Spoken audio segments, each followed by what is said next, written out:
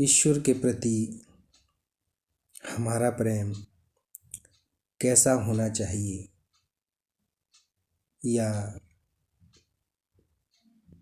मुक्ति का जो सच्चा मार्ग है, या मुक्ति के लिए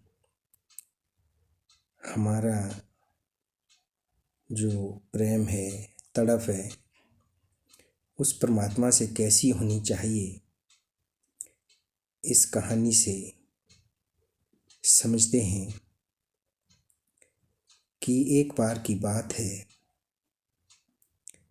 जब कृष्ण जी विदुर के घर गए। उस समय विदुर जी घर पर नहीं थे। उनकी पत्नी, जो कि उस समय नहा रही थी, जैसे ही कृष्ण जी दरवाजे पे पहुंचे, कृष्ण जी ने आवाज़ दी। आवाज़ सुनते ही वो प्रेम में इतनी मस्त हो गई कि उसे इतना भी होश ना रहा कि कपड़े पहन लूं। वो उसी हालत में निर्वस्त्र बाहर भागी। लेकिन ऐसी हालत में ना पाप होता है ना पुण्य। कृष्ण जी ने कहा कि कपड़े तो पहन। तब जाकर उसने कपड़े पहने। अब घर में खाने पीने का कोई सामान था नहीं, सिर्फ केले पड़े थे। वह प्रेम में जो उसकी तड़प थी अपने प्रभु से मिलने के लिए, उस प्रेम में इतनी मगन हो गई कि केले के छिलके छील छील कर छिलका कृष्ण जी को देती, और जो अंदर का फल था उसे फेंक रही थी।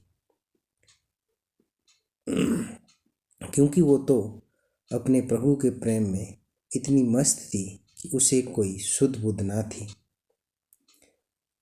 इतने में विदुर जी आए। जब उन्होंने देखा तो कहा, अरे पगली, यह क्या कर रही है? यह सुनकर वह बोली, जब उसे थोड़ा झटका सा लगा, ओहो, मुझे पता ही नहीं चला। फिर उसने कृष्ण जी को केले की फली दी। तो श्री कृष्ण जी ने कहा, विदुर, इसमें वो स्वाद नहीं है जो छिलके में था। क्योंकि जब तक वो प्रेम में इतनी मगन थी, अपने प्रभु के प्रेम में, उसे होश आवास नहीं था। तो उस समय वो कृष्ण जी को केले के छिलके खिला रही थी। वो उस समय प्रेम में सब कुछ सुध बुध खो बैठी थी। तो यही प्रेम की असली अवस्था है।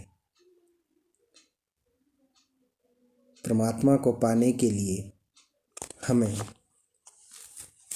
इसी तरह के प्रेम की ज़रूरत है। लोक लाज, शर्म हया सब भूल जाए, अपने शरीर तक को भूल जाए, सुध बुध खो बैठे, तभी हम उस परमात्मा से मिल सकते हैं।